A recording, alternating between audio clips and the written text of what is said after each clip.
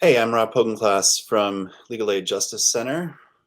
I'm here with my friend Whitmore, Whitmore, Merrick, peer support specialist in the city of Charlottesville's Home to Hope program. and we are going to talk about marijuana record sealing and expungement, and all the recent things that have happened in that space. So I think we'll talk a little bit about how we got into this work. Uh, I started at Legal Aid Justice Center in April of 2020, and things really started to take off in the summer of 2020. Certainly, there have been people who've been working on expungement for decades in the Commonwealth of Virginia, but unfortunately without much success. And then, like so many of the reforms that have gotten passed in recent years after the killing of George Floyd, I think people's attentions really were drawn to what can we do to make this a more fair, more equitable system. And so during the special session in 2020 of the General Assembly, there was kind of a renewed focus on how can we help people who have criminal records. Is that about when you got into it, Whitmore? Yeah, I started my role as a peer navigator in late 2019, and I remember connecting with the Expungement Council in 2020 before the General Assembly, and just learning a lot from the team, the LAJC team, and the council as well. So yeah, I say 2020 was when I got started as well. Just learning a lot and just trying to educate my participants that I work with barriers on barriers of how expungement affects us. You mentioned the Expungement Council. That might be a good place to start with what the Expungement Council is. Yeah, so Expungement Council is a group of directly impacted folks, people who have criminal records themselves and who want to push this movement ahead. It's been, I think, led in part by certainly you and Sheba Williams of No Left Turns in Richmond, who's been doing this work for years. And then my colleagues at LAJC, Johanse Whitaker and Harold Foley, organizers in Richmond and Charlottesville. And just, you know, all Zoom meetings, I think, so far Mhm. for the last year plus, just talking about how we're going to move this expungement process forward. And Yeah, it's a great series of conversations. I love the fact that we have attorneys and then we have people with the lived experience. It's a great combination, and it shows how much of an investment that we have in our community. Um, it's been a very humbling experience, and coming into rooms with legislators and advocating for this expungement was definitely something new for me. And so I've learned a lot from LAJC. I'm sorry. Messed up again. You're all good. You're all good. Did you want to talk a little bit about? I think it'd be interesting to talk a little bit about some of the advocacy that you've been able to do as part of the Expungement Council with the policymakers. Yeah, definitely. Being able to advocate for fines and fees with Sally Hudson, getting some legislation changed there was amazing.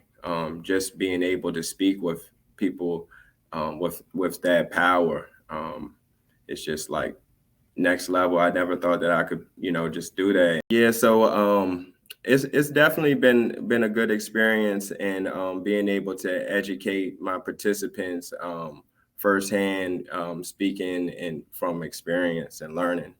And So I think start talking a little bit about what's happened in terms of both record sealing and marijuana expungement just in the last year and a half, and it's been a lot. So bear with me a little bit, because I think to set the table, we need a little bit of this history. Mhm. Um, so just a couple basics about record sealing, criminal records right off the bat that'll be helpful as we go through this. Um, when someone's charged with a crime in Virginia, the state creates two records. There's the police record and then the court record. And the police record is maintained by the state police. They share that with local law enforcement, and private background check companies can get a hold of those records and use them when you apply for a job or you apply for housing. Then there's the court record held by the court, which is accessible online and publicly at the courthouse. So if you go to a courthouse, you can get anybody's court records. This is important because when we talk about marijuana expungement, there's sort of been a halfway measure taken. So these court records, the police record stays forever. Court records are usually purged after 10 years, but they only get removed from your record if you go through the expungement process. And in Virginia, for the last 40 plus years, you're only able to expunge records if the case is dropped or dismissed or you're found not guilty. And that court process is long, and it can take about 9 months. So even if your charge is dropped or you're found not guilty, that record is still going to stay with you unless you go through that court process for expungement. So in 2020, in the regular session, Virginia decriminalized marijuana.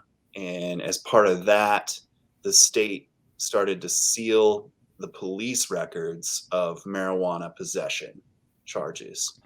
And we learned recently, last month, that they sealed 333,000 police records for marijuana possession. So that's good. That means marijuana possession charges are not going to show up on some new criminal background checks. But background check companies, they often don't update their records. And so for a lot of people, those marijuana possession records are still going to pop because background check companies have old records and they're not required to update as part of the decrim law. So there's no guarantee that those have gone away. And then you got the whole court record situation. The court records are all still there. So if somebody, you apply for a job, you apply for housing, and somebody wants to go online and see if you've got marijuana charges, they can do that right now. So then 2021, there's two big pieces of legislation. The first one, the marijuana legalization law, that's probably why a lot of people are here.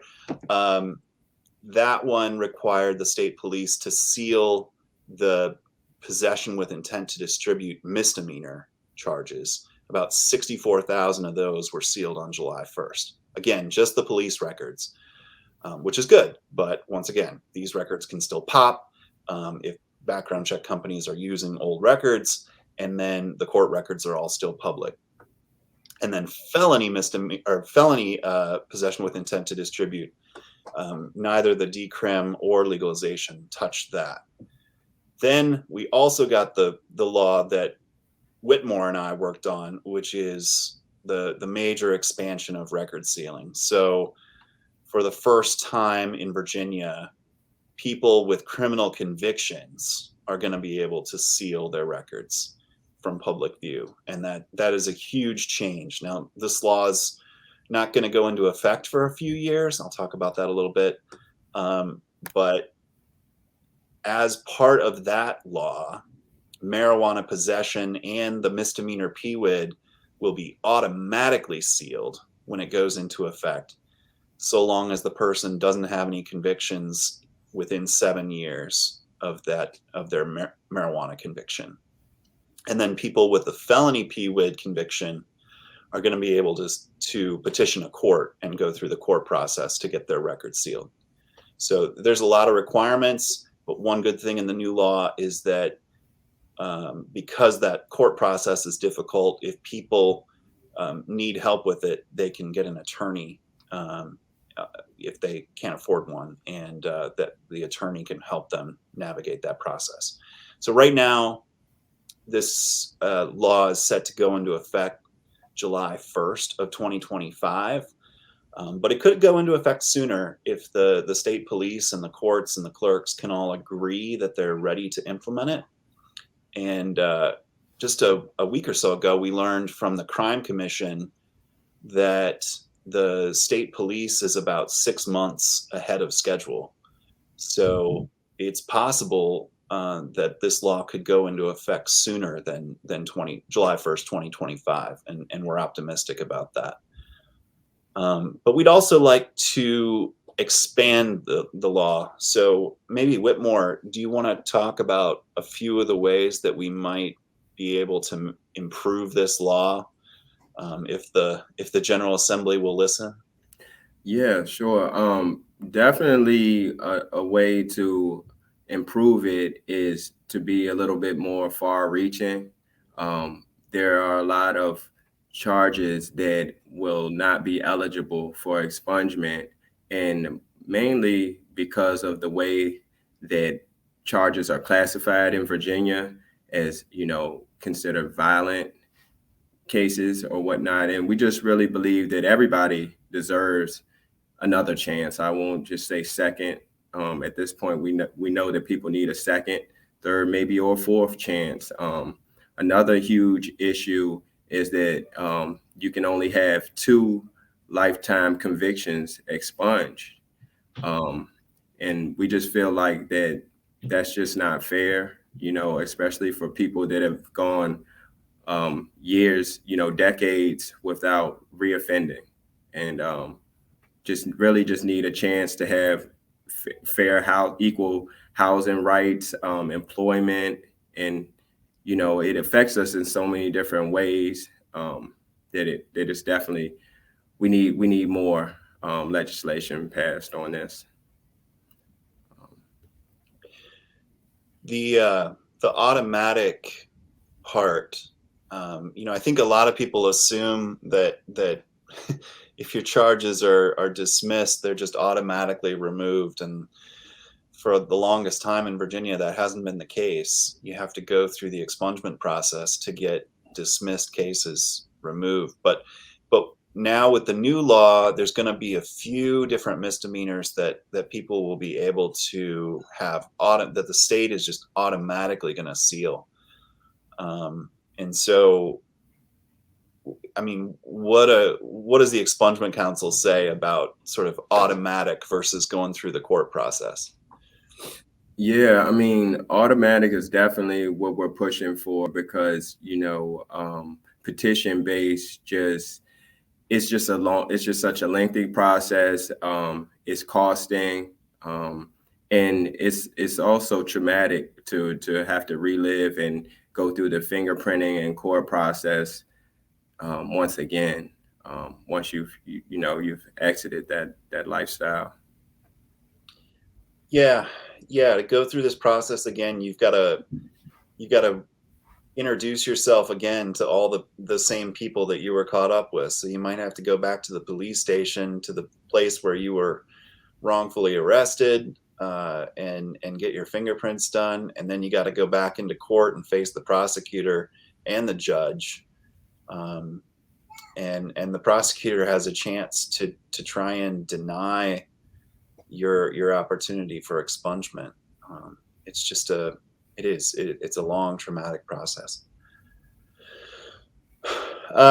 So we're going to do our best to expand record sealing to make it more accessible to people who have criminal records in the upcoming session. And the state police did kind of put out a warning. They're about to sign a contract with someone who's going to help them implement the technology they need to to do the automatic record sealing.